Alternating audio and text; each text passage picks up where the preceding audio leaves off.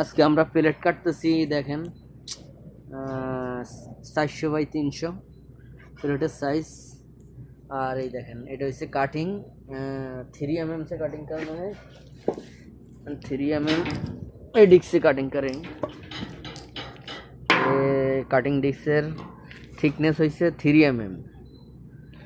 3 mm cutting disk দিয়ে আপনি কাটতে হইলে যদি একবারে মার্কিং করেন তাহলে আপনার 5 mm মার্কিং করা লাগবে, কেননা 3 mm আপনি যখন 3 mm গ্রাইন্ডার চালাইবেন তখন আপনার দেখা গেছে যে আপনার এই 3 mm কাটিং করতে আপনার 5 mm মানে দুই দিকে আরও 2 mm ঘষায় চলে যাবো গা। তাহলে আপনার মার্কিং করতে হইব ওই অনুযায়ী 5 mm, তাইলে আপনার দেখা গেছে যে মার্কিং ঠিক হইব। তো আপনারা যদি মার্কিং করেন 3 mm से কাটিং করেন তাহলে 3 mm কাটিং করলে আপনার 5 mm গ্যাপ রাখতে হইব, ওইভাবে কাটিং করতে হইব।